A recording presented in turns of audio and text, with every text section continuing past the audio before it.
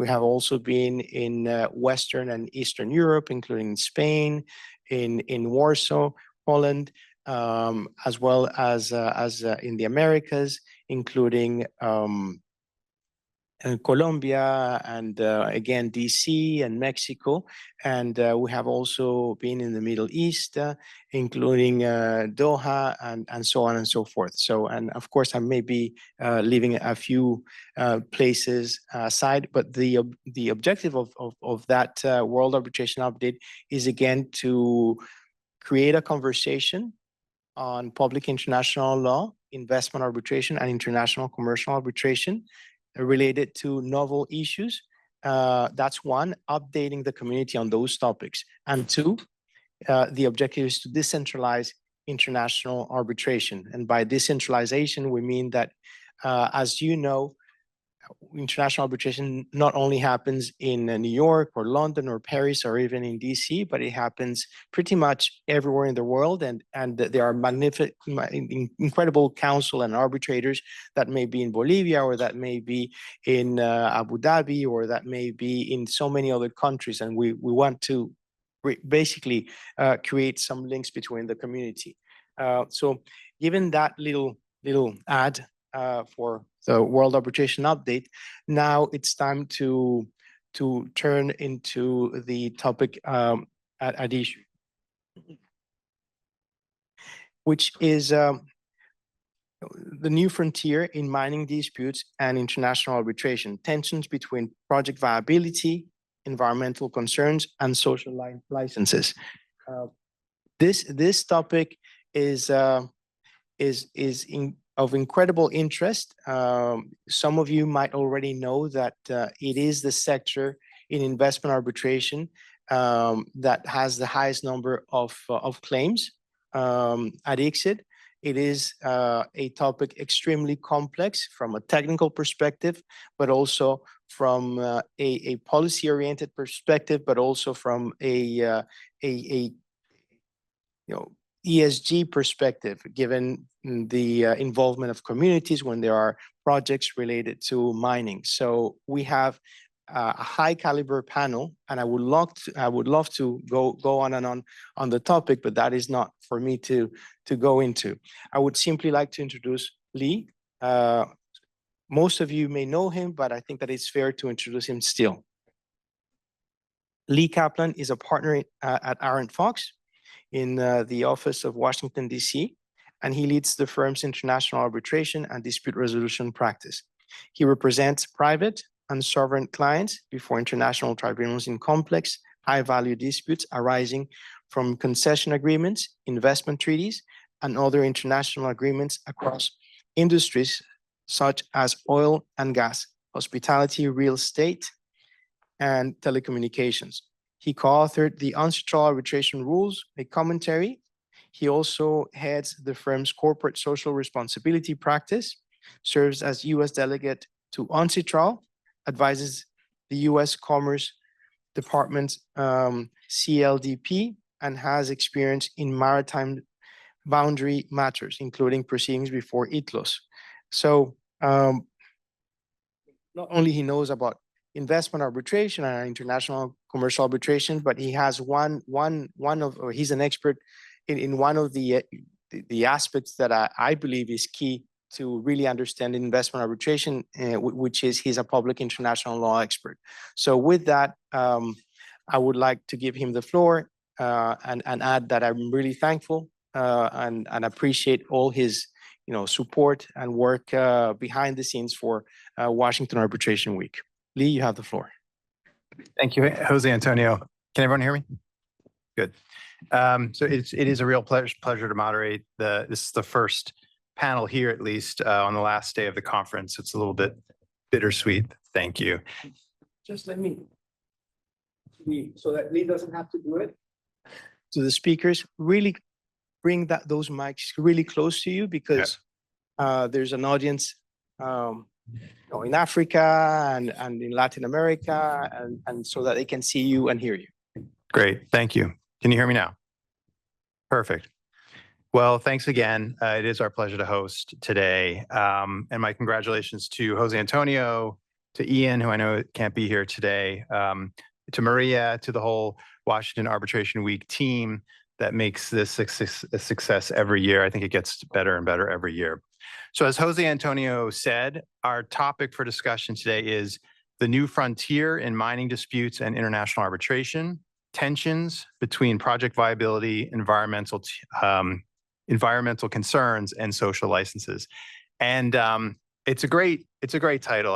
I confess I didn't come up with it. I think probably Jose Antonio did, but it is a great title because it captures the fact that the practice of mining is arguably qualitatively different than many other kinds of economic activity. And as a result, it can give rise to unique types of international disputes. And this is because mining is typically a very complex, a long-term, and a cost-intensive endeavor that, unlike other types of investments, impacts a broad set of actors, often with very diverse interests. So like with many other investments, the relationship between the foreign investor and the host state is at the core of the mining project, and that relationship is largely economic. But importantly, mining can be very impactful beyond the economic relationship, and that's part of what makes it unique. Mining can have a significant impact on the environment, on the people living in proximity to mining projects.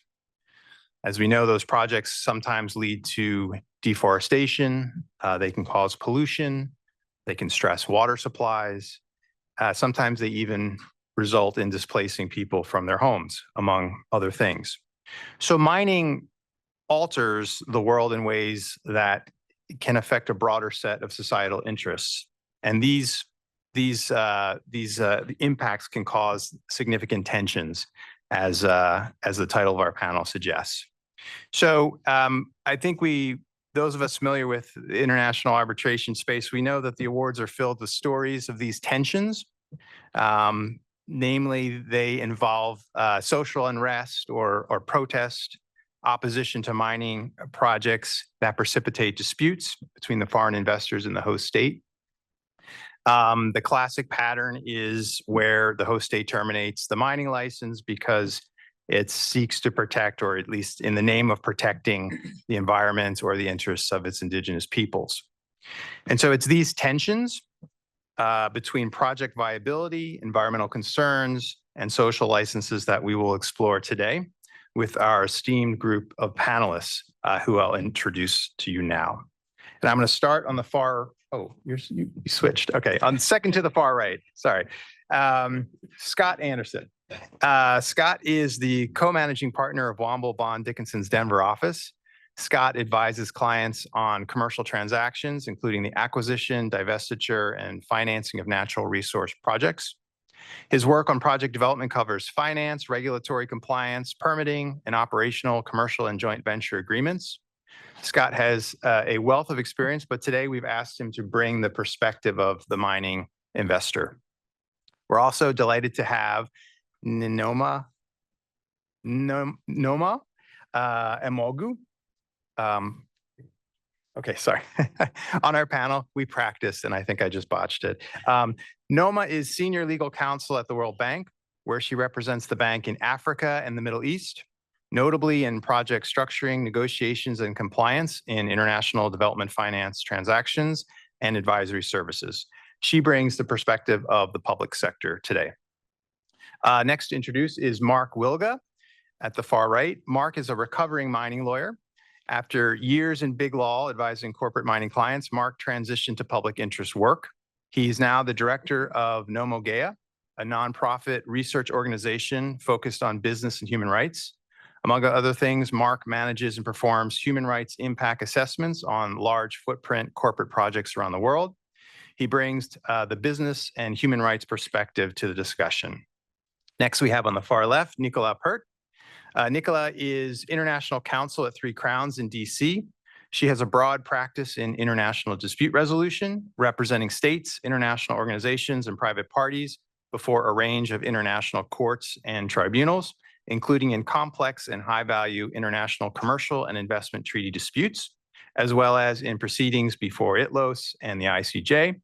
And Nicola will bring the international arbitration litigator's perspective to the discussion today. And finally, we come to Lara, to my immediate left, Lara Hardin, Managing Director of BRG's Energy and Climate Practice.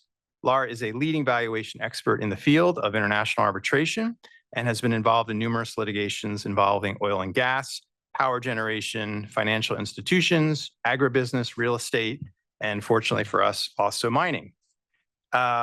She will bring the perspective of the international arbitration valuation expert. So we have a lot of ground to cover, and we actually, we're a bit outsized today. We have 5 panelists instead of the normal 4, so we're going to get right to it. And we've divided our discussion into 2 phases. At first, we're going to talk about how to balance the various interests we're thinking about in a mining project at the planning stage in ways that hopefully, potentially can avoid disputes. And we're going to kick it off by turning to Scott, who, from your perspective, given that you're sort of the deal guy on these things, and you're thinking ahead and helping to manage and plan in mining projects, this is a complex area. What is entailed in that? Yeah, I thought it'd be useful just to give a little bit of a framework and talk about the factors that are considered in making a mining investment, because each of those factors could potentially lead to a dispute down the road, and they need to be balanced properly. Resource Capital Funds is a private equity company that invests in mining projects all over the world. They have a motto on their website I think is kind of compelling in this context, which is mining is not a choice, how we mine is. And part of it, mining is getting its moment now because there's a lot of attention on critical minerals. We need lithium, we need cobalt, we need copper, we need rare earths to actually do the energy transition and kind of change how we're dealing with energy more generally. In addition to all the other stuff you mine, everything from crushed rock for road base to helium-3 on the moon for fusion. So there's a broad range of things that get mined. We're going to talk about kind of the classic framework where a country decides that it wants to actually have its minerals developed and get the economic benefit of mineral development. And it's often done with foreign direct investment into the country. And in that context, when you're looking at that particular framework, there are some things that need to be considered. One of them, Leah's already mentioned, which is just how long it takes and how capital intensive a mining project is. From the initial exploration, you're going to have a point where you're granted a lease or a concession or whatever it is to actually have the right to mine. You have to do your exploration to delineate the reserve. You have to take the reserve to market. You have to get permitting. As you know, permitting is often a lengthy process, can be very complicated. You got to construct a mine, you got to start operating the mine, you got to sell the product, and then eventually you're going to get a return on this very lengthy capital intensive front end. It can take decades before you actually get the project up and running and see a return above just your baseline recovery of capital. From the sovereign side of things, if a sovereign wants to attract foreign direct investment to promote mineral development and get the economic benefit, you have to create a legal framework that's both amenable to mine investment so that the investor actually sees the return, but at the same time captures the value for the citizens and the government. And when things get out of balance, if things skew too much one way or the other, then that's where disputes start arising. People sort of get out of balance. So if you can kind of find that sweet spot, you have a better chance of avoiding disputes down the road. As Lee also mentioned, there are a lot of stakeholders in mining projects. It's not just the government and the foreign direct investment. There's local communities, there's NGOs, there are all kinds of other stakeholders that have a say and an interest. And a lot of the architecture that's evolved around how you get mining projects up and running include looking at those interests and trying to get them engaged. Nneoma's going to talk a bit more about that. Just kind of ticking boxes, if to get an investment up and running, there are a few things that every mining company is going to look at. One is security of tenure. Do you actually have the right to conduct mining operations? Have you been granted the interest in the minerals to let mining go forward? And how stable is that framework going forward? Also, the fiscal regime. People talk a lot about royalties, but the fiscal regime is the entire suite of economic rents that the government captures. So it can be corporate income tax, it can be import-export duties, it can be severance taxes, windfall taxes, in addition to just the royalty component. In a lot of countries, in Africa, about 2/3 of the countries have the right to take equity in the mining project, normally a 5 to 10% interest carried. That's part of this fiscal return, and it has its own interesting set of issues that we'll look at down the road. Bankability, is this an economically viable project, right? Can you get a return? Would someone lend money on it to let you develop it because they know there's a return there? Enforceability, this is the heart of this panel, right? What happens if things go sideways? Do you have an agreement that's an enforceable agreement? And what does enforceability look like? It's often the case when you're actually getting granted your right to mine, that's typically host country law that applies to that. But there's a bunch of agreements around that. Very common to have an international arbitration clause on that, so the parties can take advantage of the New York Convention. That's almost standard. So you'll tip into a lot of that. Marketability, can you get stuff to market? That often includes building rail lines, finding water, building roadways. It's not just digging the hole in the ground and getting the stuff out. You've got to get it to a market, and that's another tier of investment with additional complexities. And then sustainability. Can you do this in a responsible, sustainable manner going forward? And the mining company, as an investor, is going to look at all of those and need to tick all those boxes, or at least get comfortable that there are answers and approaches that are satisfactory to that. Last thing I'll just mention to kind of put the players in place, the standard arc of a mining project is a junior goes out, does some exploration, finds some minerals. They look pretty handy, but they don't have the capability or the financial wherewithal to actually develop the mine. So they either sell to a mid-sized company or maybe a major mining company. And that's the standard, junior, mid-size, major in the life as a big mining project gets up and running. However, there are some new players in the mix. Private equity has its own role in that. They often take kind of royalty streaming arrangements to get financing in creative ways. The other big new player are equipment manufacturers, automobile companies. A lot of automobile companies are investing in mining projects to get the offtake on lithium or copper, whatever, so they can do the conversion to EVs going forward. Sovereign wealth funds are big players looking to expand into the mining industry. And then, like I mentioned, state-owned mining companies. So just to get kind of the lay of the land and the complexity, those are all the things that have to be balanced to say, okay, now we've got a project and we're going to move forward with it. Thanks, Scott. That's very helpful. Just a quick follow-up. You mentioned sustainability and your list of players. To what extent does do sort of the non-traditional players, the indigenous peoples or other interests like that come into play at the planning stage in your experience? Early and often. And that's part of, if you're doing it right, those conversations start early on. And there's usually some formal structures, some required consultation depending on permitting regime and the statutes that apply. And we talk about the social license to operate. The idea is that if you get your license to operate, you just ticked all the legal boxes and you've got your piece of paper that says, yeah, I can go mine. The social license to operate is the softer piece where you've got all the stakeholders are at least okay with your mining project. And there's a sort of pyramid. We talk about social license. The bottom, the broadest base of the pyramid is people who hate your project and are actively opposed to it. If you can move them up a tier where they're at least neutral, then that's a big accomplishment, right? Where there's not active opposition.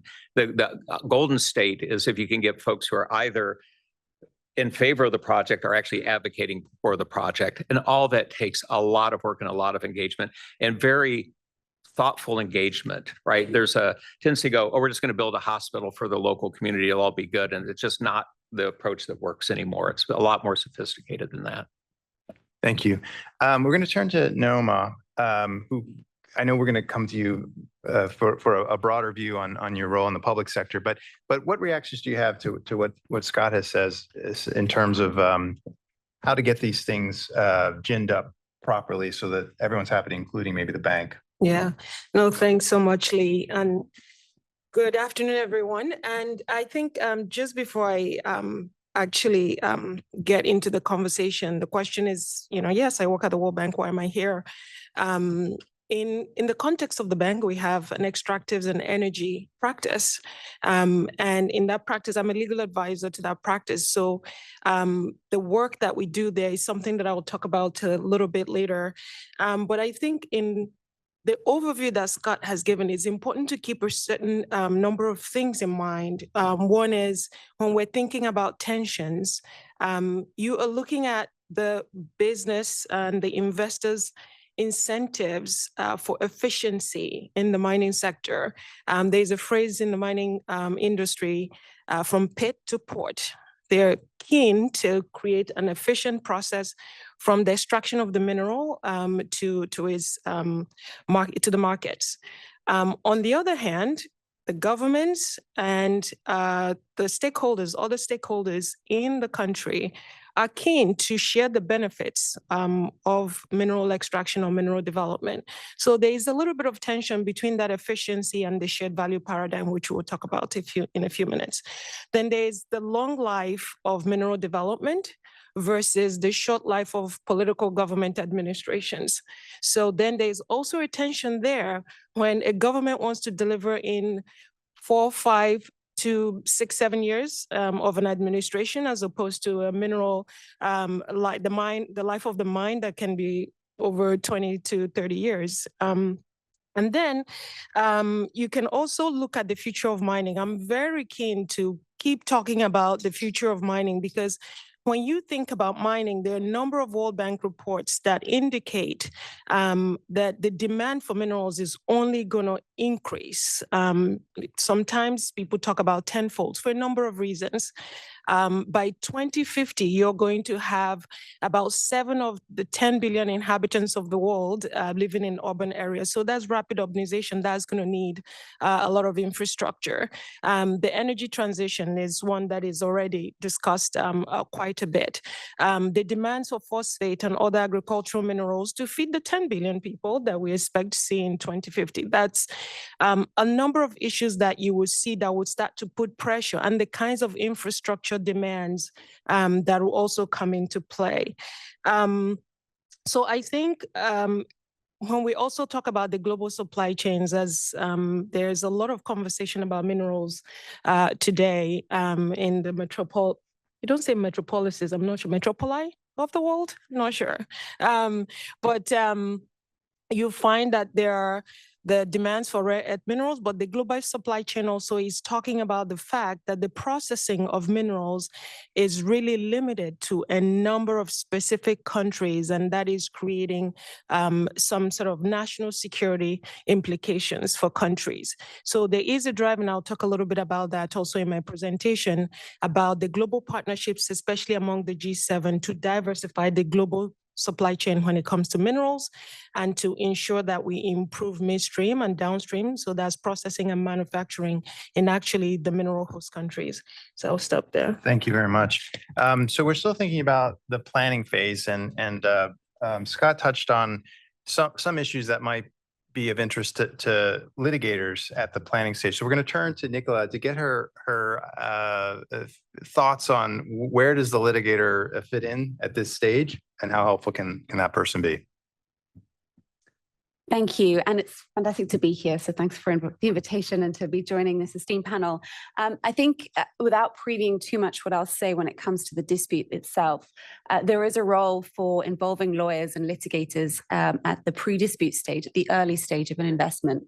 And a couple of examples come to mind. One quite important example is to appreciate the structure of the investment itself. Does the entity that owns the licenses or is seeking to own their licenses or the rights to mine have protection under investment treaties? What are the instruments that are involved in this particular investment? Does that investment treaty elevate contractual breaches to the level of international law? So there are a range of different considerations at the outset, at this early stage, to ensure that if a dispute arises at some point in the future, that investment is protected, and the relevant investors can make use of those protections under international law. And that also raises the question of who are the investors. We've seen mining disputes involving shareholders, as well as the entities that directly own the rights. So that's one aspect of the pre-disputes phase that I think is quite important for investors to consider. Similarly, on the state side, there are important international treaties that will become relevant to disputes that we'll discuss today. and the implementation of those treaties, international environmental law, human rights, indigenous rights. Are states implementing those treaties, setting up protections under domestic law that will bind and govern the implementation of these projects? And I think those then become important at the disputes phase later on when we're looking at compliance with national law, the jurisdiction of tribunals, the justification for state measures. But at the pre-disputes phase, looking at how states are implementing international law into their domestic regimes is another area where litigators can be useful. Thank you, Nicola. So we're really, it's a real treat to have Nneoma here with us because we often have people from ICSID, but not necessarily from other parts of the bank. So we're going to turn it back to you to give us just a feel from the public sector perspective and what your equities are in these kinds of mining disputes at the planning stage. Thanks, Lee. So that's right. I think the only thing I'm going to say about ICSID, because I'm not an ICSID lawyer at all, I'm not an arbitrator, Uche will be the right person to ask questions on that, is that as of, I think, 2024, you probably all have this number, 38% of ICSID cases were in mining, with the second closest being 24% in power and energy, very closely related to mining as well when you come to infrastructure that supports the mining sector. So that's something to keep in mind. So on the bank IBRD IDA side, so the bank is made up of 5 institutions. ICSID is the investment dispute or dispute mechanism platform.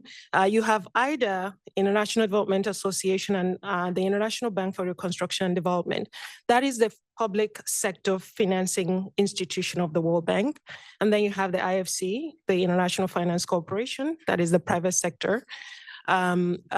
Invests in companies in client countries, emerging economies, and developing countries to help actually with risk sharing and also in many ways support private sector compliance. That's quite a lot of work we try to do with responsible practices by the private sector, which is critical too.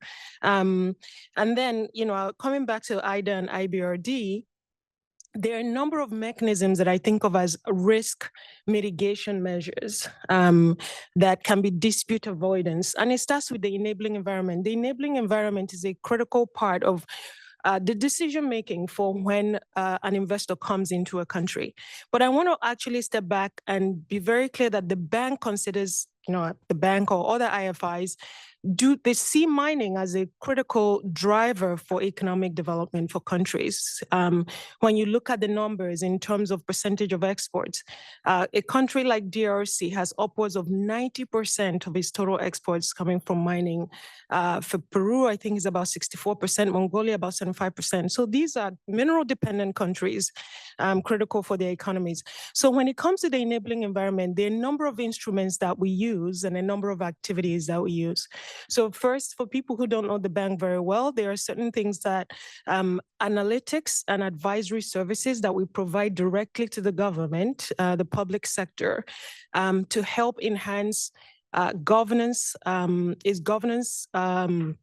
and transparency, the governance and transparency ecosystem for mining. And that can take examples of that could include diagnostics of the sector, global public goods like the African Mining Legislation Atlas or the DELF platform, which can provide information, especially with the AMLA platform. These provide the laws, the mining laws of all African countries in the same platform. And not only that, it is a first of its kind because you can compare provisions across countries, including the term of a license, whether, what the revocation or suspension provisions of a law in a particular country can be as compared to another country. So you're able to see the regulatory framework across countries. And that is the kind of information that mitigates risks for investors who are coming into a country. So that's the analytical part, the global public goods part. That's work that is done inside the bank itself. But then you have financing instruments like development policy financing. This is where we provide budget support to governments in exchange for regulatory reform. This is where the bank is able to help advise governments and work with governments to reform in ways that can attract investment. So the mining sector, for example, you can have examples where draft mining laws, draft mining regulations are projects that we work with governments on to improve the enabling environment. And then you have the investment project financing. This is direct financing as opposed to the development policy financing that is non-earmarked funds that just supports the government's budget. IPFs are ones in which you support specific projects, and that could include a capacity building, technical assistance, advisory services to governments, again, to build out the enabling environment. So when you look at that, you have governance and transparency. So we help to sometimes modernize cadastral systems. So things that can help improve the licensing arrangements for governments, revenue management, for example, and anti-corruption measures. We have stakeholder engagement. We're able to finance civil society forums that engage with governments in consultations in preparation for mineral development projects, because this is critical. Early consultations are critical, but not just early consultations, but informed dialogue, which is also another critical part. We've had situations where there are communities that negotiate community development agreements with companies. And let's say, for example, they've negotiated to build a hospital in an impacted community, and a hospital is built, but there are no services in the hospital. Obviously, the community expected that this would be a hospital that will actually provide services. But a very smart lawyer decided that in negotiating for the mining company, they will negotiate to build a hospital and leave the conversation there. And of course, as you can imagine, those are the things that can increase tensions and ultimately disputes in these mining communities. And so we also look at capacity building and institutional strengthening for the regulator. This is critical because a lot of our client countries are low capacity countries. And so low capacity means that we have to figure out, are there more digital ways to help increase efficiency with the regulating entities, but also the coordination amongst all the regulating agencies. Sometimes people can come into a mining country and think that they want to talk to the Minister of Mines or whatever ministry has a portfolio for mines. But mining has really, really incredible tentacles. So you're going to be talking to the Ministry of Environment, Ministry of Land, Ministry of Health, Ministry of Labor. I mean, you think about pretty much almost everything mining does affect. But in addition to that is the federal government to the state government to the local government coordination, because sometimes issues like land rights can have implications where both the state and the local government might have certain responsibilities. So you want to make sure that their responsibilities are aligned with the federal responsibilities, such that a mining company does not come, negotiate with the federal government, and then at some point there are issues at the state and local levels. So there has to be a good understanding of that system as well. We're also very keen to work on regional cooperation because for example, looking at the African example, the African Mining Vision, which was established in 2009 by the African heads of state, created a much more regional perspective on mining on Africa, especially to help counter what was called the race to the bottom by countries trying to negotiate against each other in order to attract investments. So regional knowledge exchange, peer learning, it's promoted a lot. But when we also look at the future of mining, we realize that, for example, there are belts, geological resource. I mean, when you look at the resources, they tend to cross borders. They don't stop at the border. So how is it that these countries and their regulatory frameworks, how are they aligned to make sure that there is ease of facilitation, but also when you look at occurrence of geological data, it can happen in resources, it can happen in countries that are not close to the ocean. So how do you, facilitate, sort of a transport system infrastructure that allows for you to be able to move goods across multiple countries?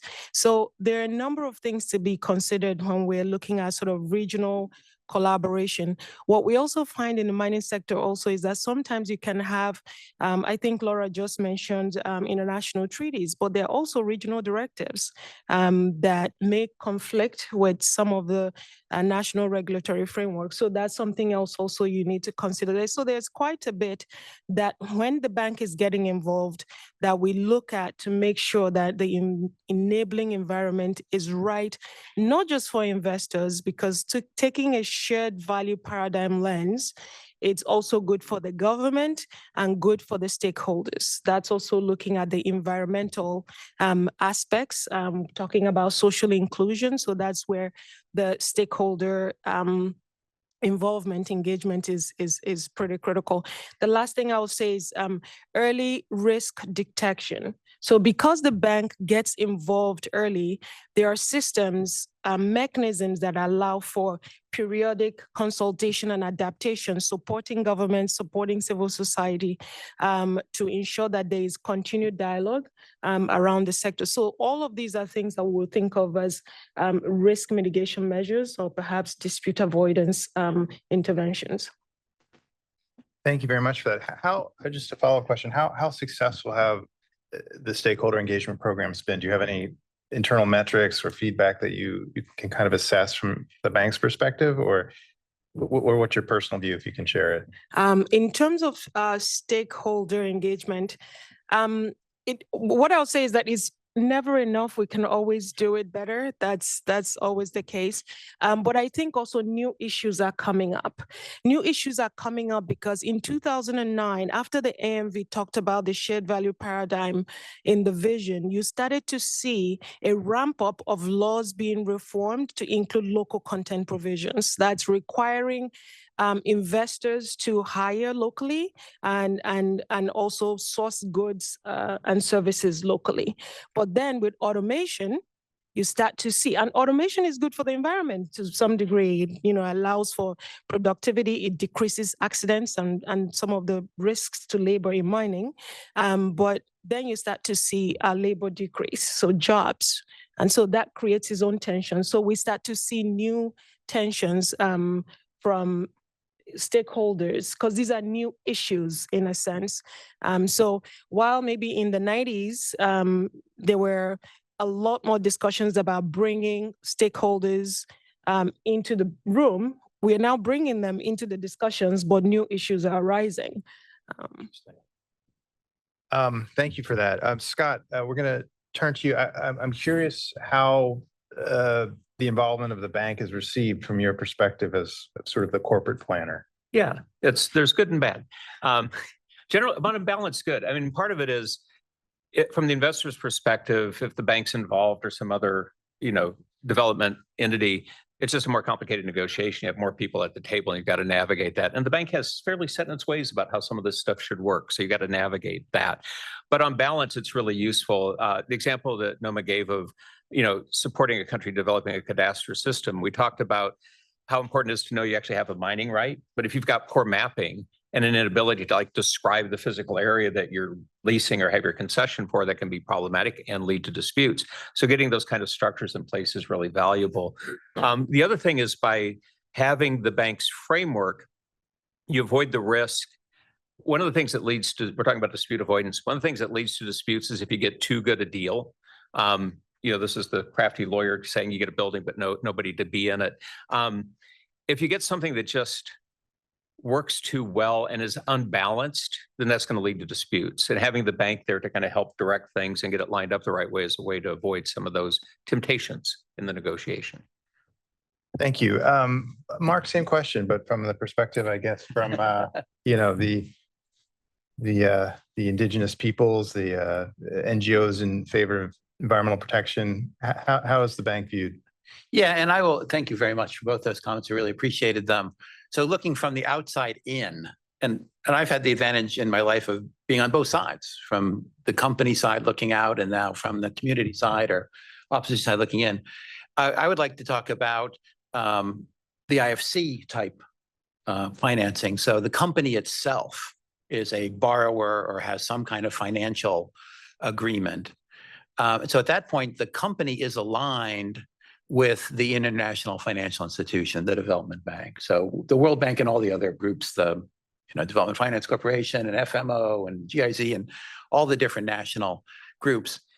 The dynamic is really interesting because very often, in my experience, the coming in of the development banks, the IFIs, can be a teacher to the company of how to do things right? It can enforce and sustain and monitor standards that improves the behavior of the company on social and environmental and labor issues. That's an unmitigated good in terms of risk management from the company's point of view, right? And often an unmitigated good from the society's point of view when that happens. So I mean, generally, for the most part, you see improvement on that side. Almost universally in these days, because opposition has become sophisticated as well, the appearance of an IFI attracts opposition, which wouldn't have occurred except for the presence of the IFI. In other words, now you have two groups you have to deal with. There's an anti-IFI group that simply is against, right? As well as an anti-mining group, as well as a group that just wants good schools and clean water. And so the mix gets more complicated. So the result is kind of like, everyone has better weapons and better defenses. So the stakes are higher. And the dynamic of the dispute is different because of that. Thank you. Yeah, maybe just. No, I saw Nneoma scribbling, so I'm going to give her the opportunity to respond. Thank you, Lee. I wanted to add there, Mark. I mean, that's a really great point to bring up. And I want to say that also part of that increased opposition often comes from the fact that stakeholders, civil society sometimes feel that IFIs can be responsive where the governments are not. So that is one of the reasons, because these IFIs also have reputational risks in terms of having this opposition. So they do know that there's a sensitivity there that also in some ways amplifies the opposition to IFIs. Yeah. Can I do a very quick response to that? I'm sorry, Lee. Sure. I couldn't agree more. One thing the IFI brings is the ability of complaints to come forward more readily, almost always. And complaints is that early risk detection that you talked about. So that is also almost always present. So thank you. Yeah. Thank you, Mark. And we're going to stay with you. So your intervention was timely. No, we are going to. I mean, Mark, it's great to have you. I mean, you bring a perspective that's rare. Both having done the corporate and litigation mining lawyer job, and now well immersed in business human rights, a leader in that space. Just give us a sense of that perspective in how you would manage a mining project to avoid conflict. Yeah. So in terms of social license, I mean, I remember the days when it was debated whether there was such a thing as social license. That was nonsense, right? You get a mining license, you get an environmental license, you get an explosive license. I don't see a social license I got to get from the lawyer point of view. And that sounds silly now, but that was a serious comeback, that there is no power to this unformed group called the community or the indigenous group, that all the power comes from legal rights. And it's exactly that attitude, I think, that has led to the kind of disputes we've seen. I would pose the question, this has been going on so long with such sophisticated responses in some of the biggest industries in the world and some of the most intelligent, far-seeing institutions. Why is this still an issue? Is it still an issue? Yes.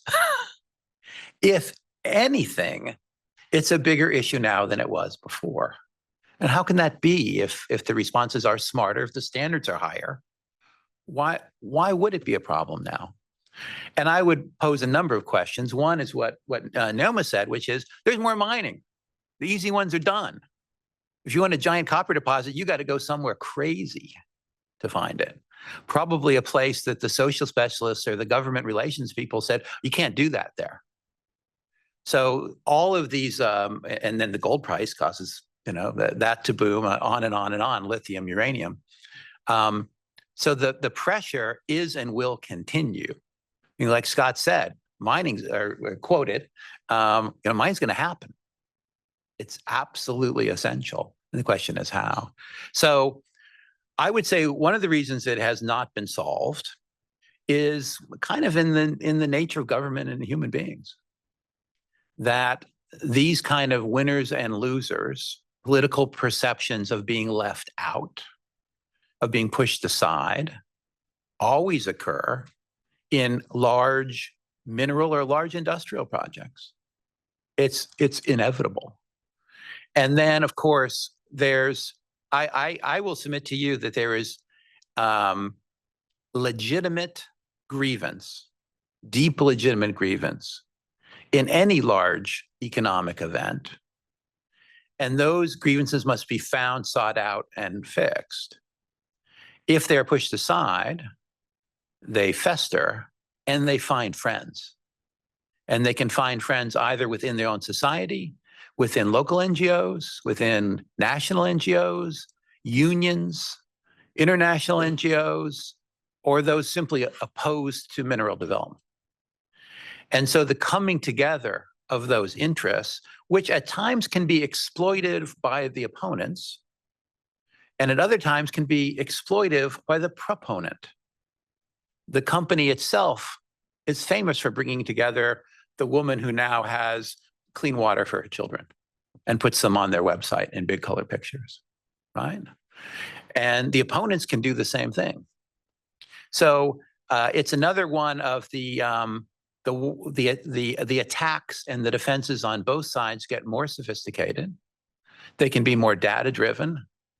They can be more emphatic. We've seen what's happened to the internet.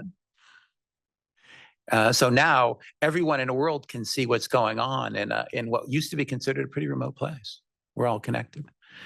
In terms of what do you do about it, I am a great believer is that you, the company, can do a lot.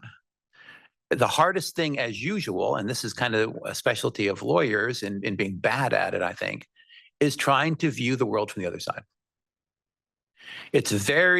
There's a multiplicity of legitimate and illegitimate oppositions. It's very easy to be prejudiced, to put them all in the category of what they said about the environment's wrong, they're just making it up, they just want money. Instead, the important thing is to be careful and respectful to pick out the legitimate complaints from the other complaints and not just put them all in the same basket.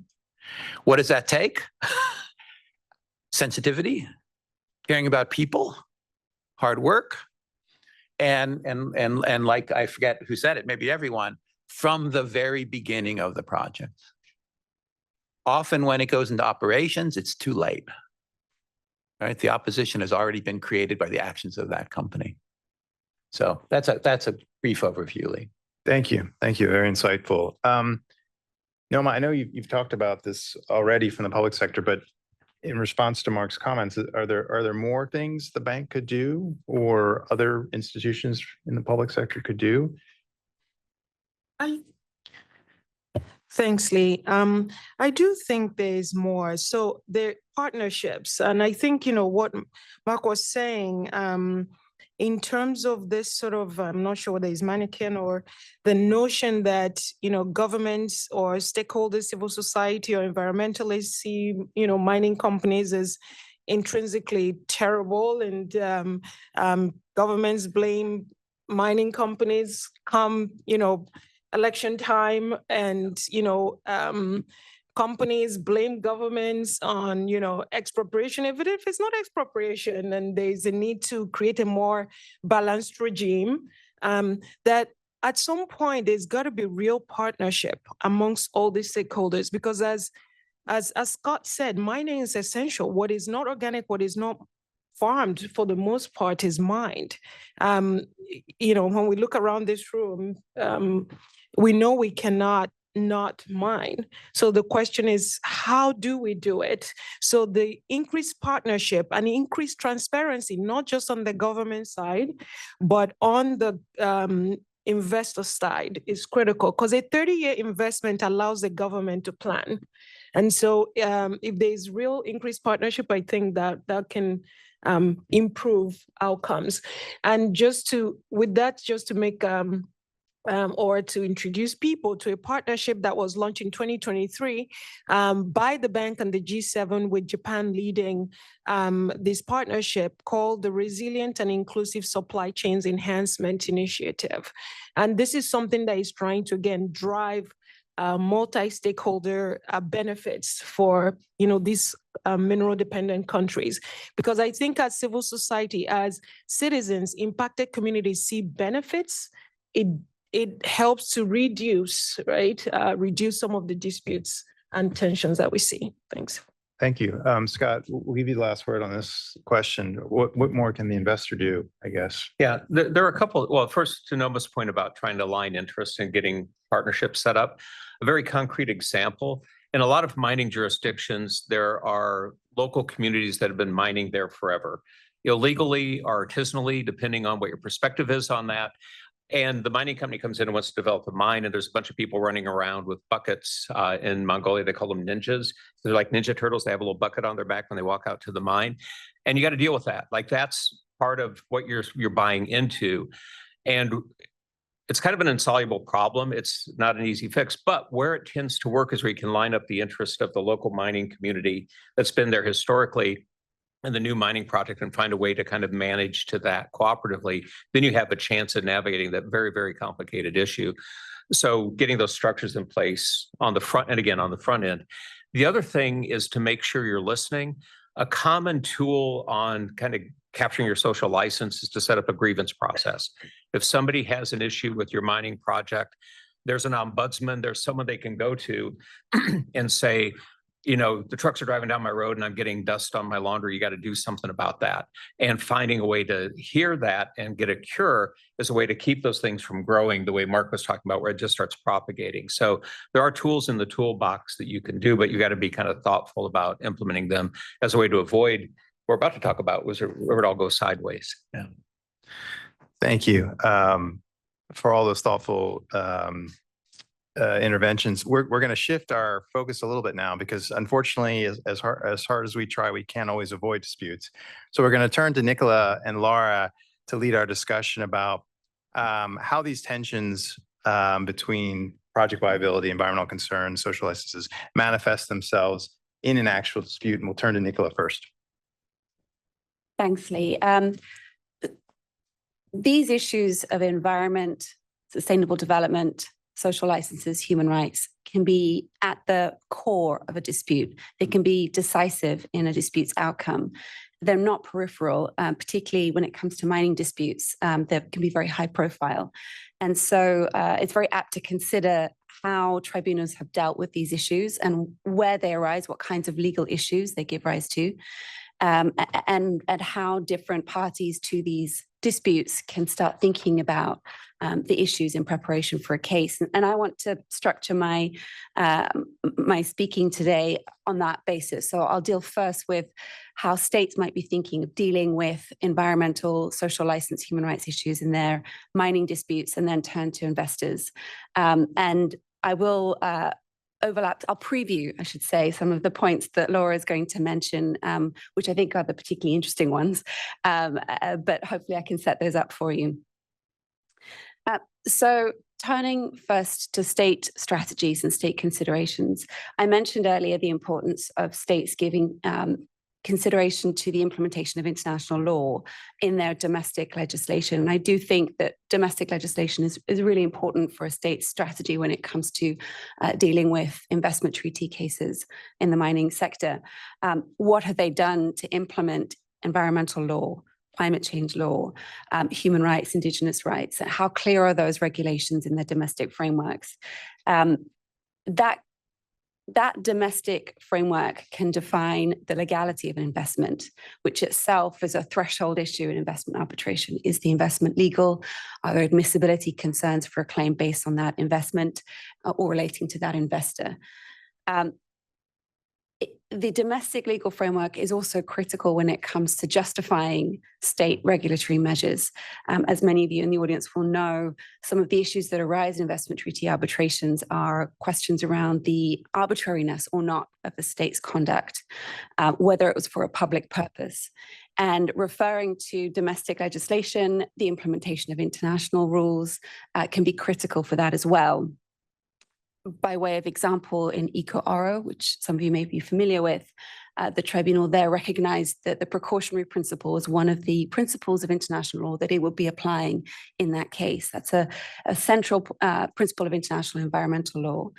The tribunal members did differ on how that then led to a decision on regulatory space. One dissenting opinion felt that the precautionary principle should provide states with greater regulatory space to regulate mining projects where there is uncertainty around environmental impact, or there is a settling of how to balance environmental and economic considerations. Another example, Bear Creek, quite a well-known example. In that case, the implementation of Indigenous rights and the Indigenous and Tribal Peoples Convention, or the ILO Convention 169, was highly relevant to the justification for the state's measures in that particular case. Other international law that's going to be relevant, UNFCCC, climate change. So the state will want to be considering international law applicable to the dispute and how that's reflected in national law and binds the investor.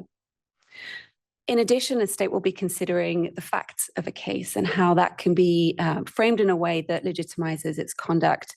I've already mentioned arbitrariness of conduct being one of the types of claims that investors raise, and states justifying that by reference to the equities, by reference to concerns of local communities, will be important for the narrative of its strategy. But in addition, there's this issue of social license that a number of the members of the panel have referred to, and demonstrating that community opposition and unrest led to state action will be a delicate issue for a state to address.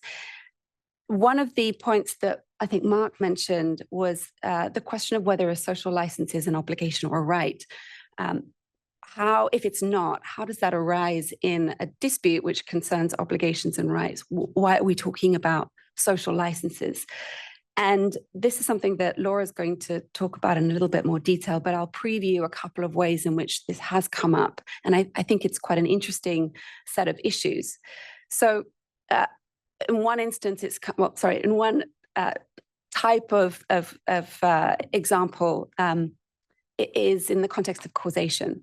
So even though we don't have an investor obligation per se, has the investor contributed to the harm that it has suffered in the particular instance of the case? For example, was the investor a cause of the state conduct that led to the revocation of a license? That kind of contributory negligence argument has arisen in a number of different cases, and it's been treated in different ways by different tribunals. And I should add that it's not exclusive to mining disputes either. It's come up in other contexts too. The UCOS tribunal dealt with contributory negligence in some detail in the context of tax. So there are a number of tribunals that have dealt with this. We see, I think, a nice crystallization of the differing approaches to this issue in Bear Creek, where the majority found that contributory negligence wouldn't apply because the investor, the state had not discharged its burden of proof in showing that the investor had contributed to the state's breach of international law. And the dissent in that case said, well, hold on, it's broader than that. It's not about contribution to a state breach, but to the investor's harm that it suffered. So it may not be causally connected to the breach as such, but it's enough that it's causally connected to the harm. Another way that social license can be relevant, and again, Laura's going to speak on this in more detail, is in quantification of damages and how a tribunal will approach the calculation of damages. If there is evidence to suggest that a project was never going to be viable because at the pre-dispute stage there wasn't sufficient investment in community acceptance, could it be said that a DCF type of calculation is appropriate for assessing loss, or should a sunk cost approach be used? Without wanting to go into further detail on that, because it is fascinating and we'll get into it more, there are one last point on the state strategy that I thought I'd mention, and that's environmental carve-outs. In more recent investment treaties, we see clauses that carve out states' regulatory space, in particular protecting of the environment. This is not a slam dunk for states by any means, because once again, we see tribunals treating these carve-outs differently.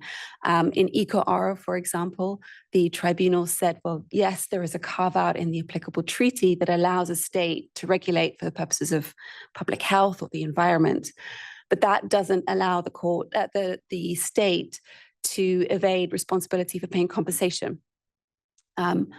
Other tribunals have interpreted quite similar provisions to say that effectively these carve-outs elevate environmental obligations above those of investor protections and allow the state to regulate without incurring liability under the investment treaty.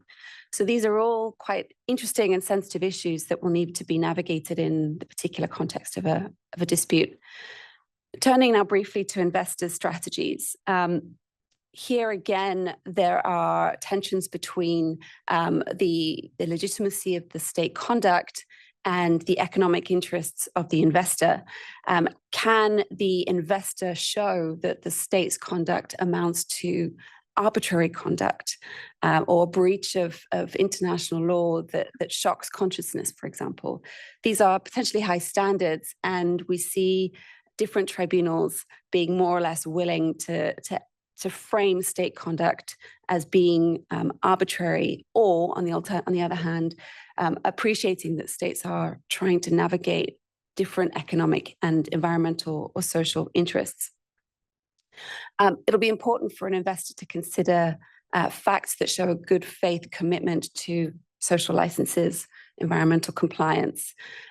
We see investors spelling out the number of steps they've taken at the outset of a project to invest and engage with the local community. One interesting point that arises here is that tribunals are reluctant to see this as a tick box exercise.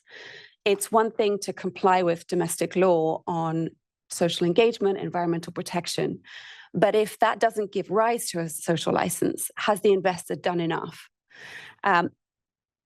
Different tribunals, again, have taken different approaches here.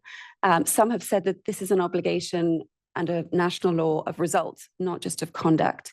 You need to obtain community consent. You need to get landowners to agree to the mining project. It's not enough that you did what a particular piece of legislation said you'd done. Another interesting aspect of this is whether the state has, in the pre-dispute phase, told the investor that they have done enough. If that's the case, it can be quite difficult for the state to turn around once a dispute arises and say, well, actually, you didn't do enough. And tribunals have looked quite badly on that. So seeing the assurances that have been given from a state during that pre-investment phase, being told that you are doing enough to engage the local community, can be important for an investor strategy. In a recent case, Lupaca Fold against Peru, one other interesting aspect arose, and that is, in that particular case, the local community seized a mine, put up a road blockage, appropriated the property of the miner, and effectively dismantled the project. And the tribunal in that case attributed the conduct of that indigenous community to the state. And so we see there issues of attribution arising. Can a claimant establish that the indigenous community that has robbed it of its investment, deprived it of the value of that investment, can it attribute that conduct to the state? And I don't know whether we can say that this case was very specific to the domestic context. In that case, it was against Peru. Peru's constitution protects Indigenous rights and grants a degree of autonomy to a number of Indigenous communities that allow them to govern these areas without state intervention. And that allowed the tribunal to justify attribution under international law. It's come under some criticism, but I think it's quite an interesting aspect of this discussion here. Again, we'll deal with causation and damages, but the social license issue will be an important strategic consideration for investors too when it comes to showing that it hasn't contributed to the harm that it's claiming and that its investment was a going concern or had viability in the longer term, notwithstanding any social unrest that came to bear.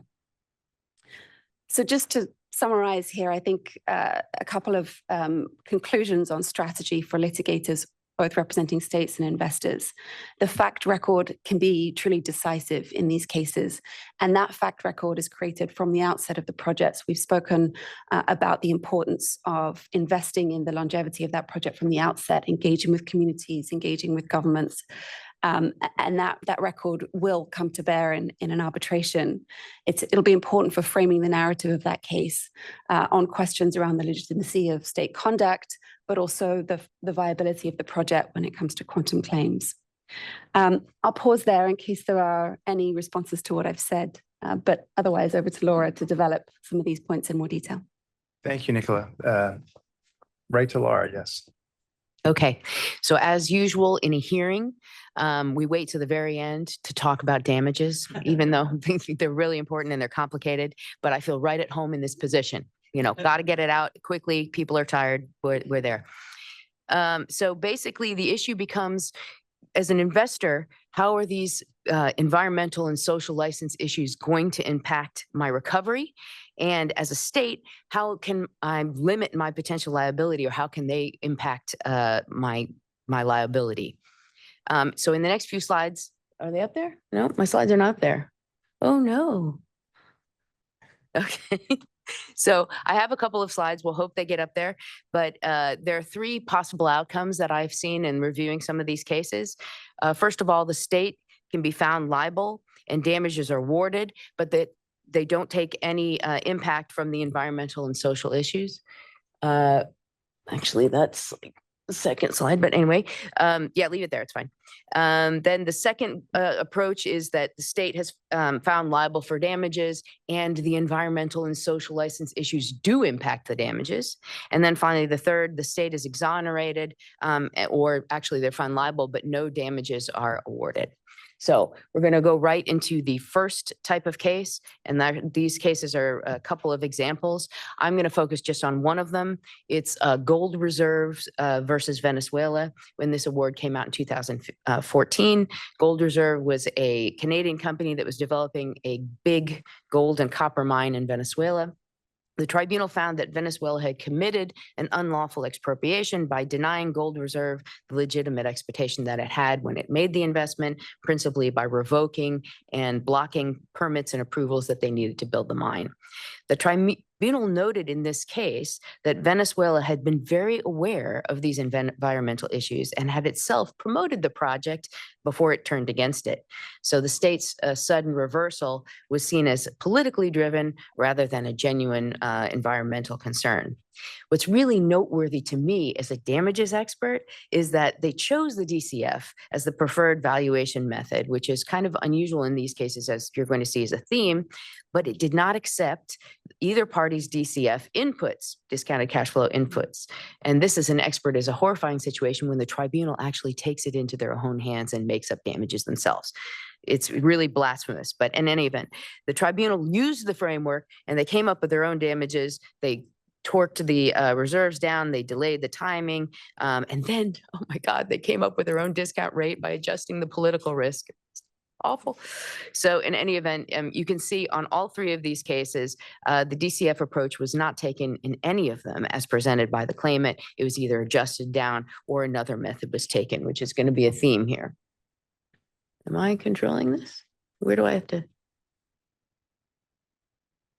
Okay, so in the next two slides, I have summarized a number of cases where there's example of the second category where the state has been found liable and the environmental or social contract issues have impacted the damages. And here I'm going to go to a case that was mentioned just earlier, Bear Creek Mining versus Peru. Bear Creek had the Santa Ana Silver Project, which faced strong community opposition, including violent protests and blockades. Peru ended up revoking the license, and the tribunal found that Peru's expropriated Bear Creek's investment, but that the company's inadequate social management was, quote, a material and significant contributing factor to the events that led Peru to revoke its license. The company was found to have had a failure to anticipate and proactively manage the growing social tensions that actually eventually led to protests and violence. What's interesting, again, as well as troubling to me as a damages expert, is that, as with the previous case that I highlighted, the tribunal said that the value of $522 million based on the claimant's discounted cash flow assumption was too speculative. But in this case, they specifically said that it was because of unresolved social conflict, at least in part, and uncertainty about the viability of the project based on this. They therefore relied on the submission of sunk costs of $28 million, but they did actually reduce this because they said that Bear Creek did not respond to the escalating tensions by 22% for contributor negligence, and that's how they got the 18.7 million. Now, I'm forgetting which button I need to push. Okay, whoops, a little too much. Let me go back. No, 2. Okay, there was 2 more cases where the damages awarded were also not awarded based on the DCF approach as put by the claimants, and were reduced significantly on the basis of either contributory negligence or the perceived impact of environmental and social license issues. Okay, so yeah, now we're in the final category, which is examples where the tribunal denied compensation based on environmental and social issues.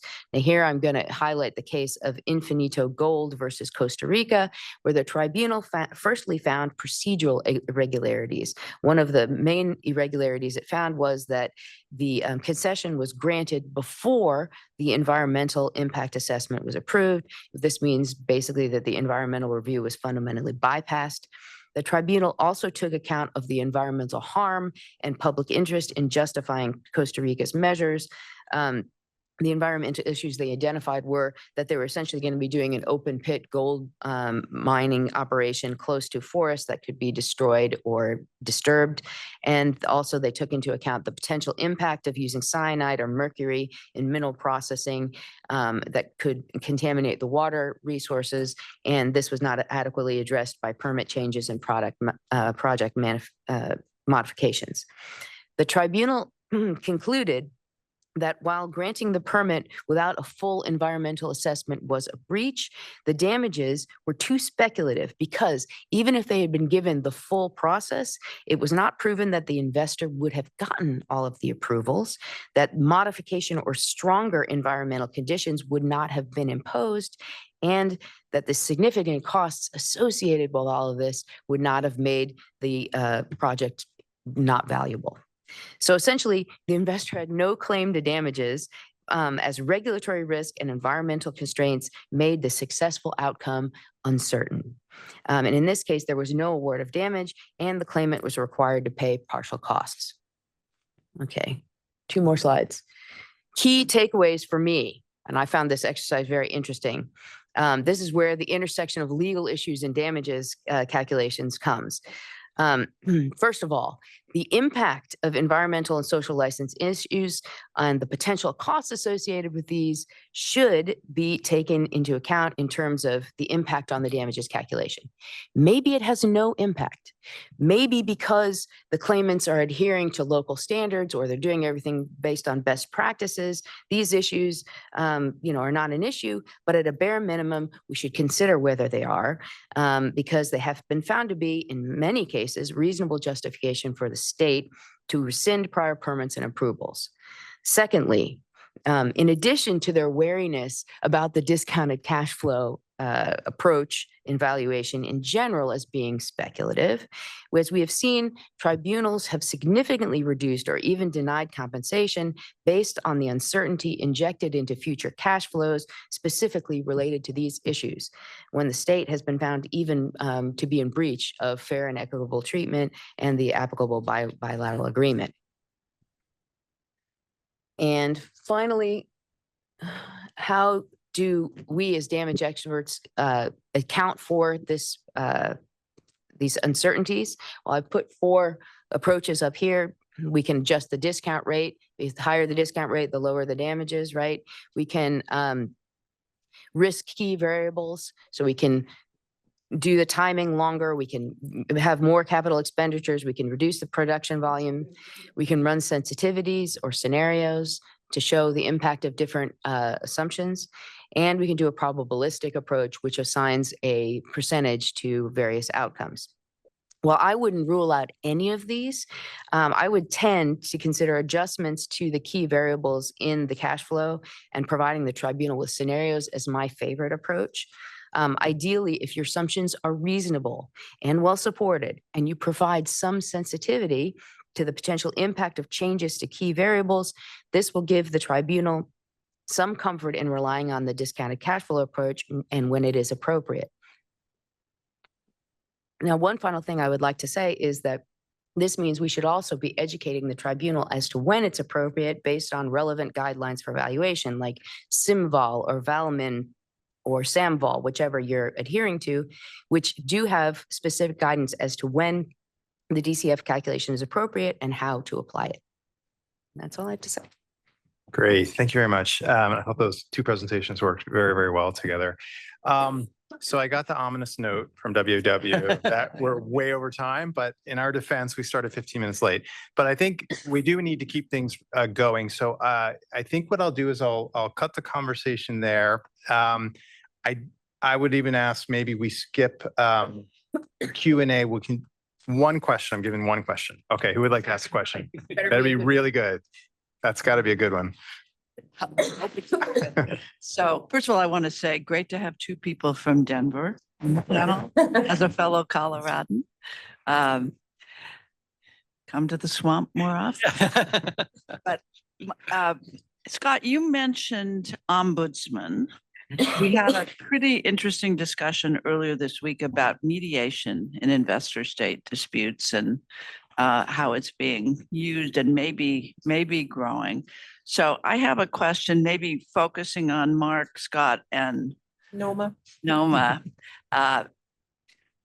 Thinking about the OECD guidelines for multinational enterprises, the national contact points, that process, mediation. What are the tools to help address the broadest set of tools to help address potential disputes before they ripen into full-fledged arbitrations? And what do you view as the most effective tools?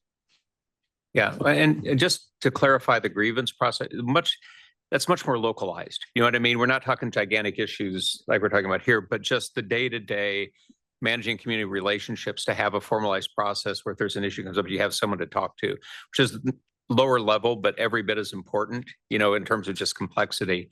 But overall, just managing all these relationships, having someone who can kind of help broker conversations is huge as a way to avoid disputes. And that's true all the way through the deal, like from the local construction all the way to like dealing with bank issues and that sort of stuff. Everybody can get sideways along the way. So having a way to foster conversations is a great way to avoid disputes. This is a huge area and it's growing and it's getting better in order to defuse and talk about disputes. Many communities, call them opponents, call them whatever you want, just want a conversation. And something like the OECD National Contact Points gives them the meeting. And I can't tell you how many times that's of tremendous use, either in resolving the disputes or clarifying it, or actually making them feel empowered. So there's many level of complaint mechanisms that work out. All of them are helpful to diffuse and to get information. 2 seconds to add to that is self-reporting. When companies actually, there's required obligations in laws, sometimes not very clear. But if companies can actually self-report on a number of requirements regarding environment and also other social requirements, I think that also helps to decrease miscommunication and avoid disputes as well. Great. Thank you all very much. And I think all that's left is thanking this panel for an extraordinary discussion. It was really, really scintillating. I wish we had more time, but what we'll try to do maybe to save a little is we'll cut the break, because I know the space panel is to start now. So maybe a 5-minute break, and then we'll get to the next panel. Thank you all. Big round of applause.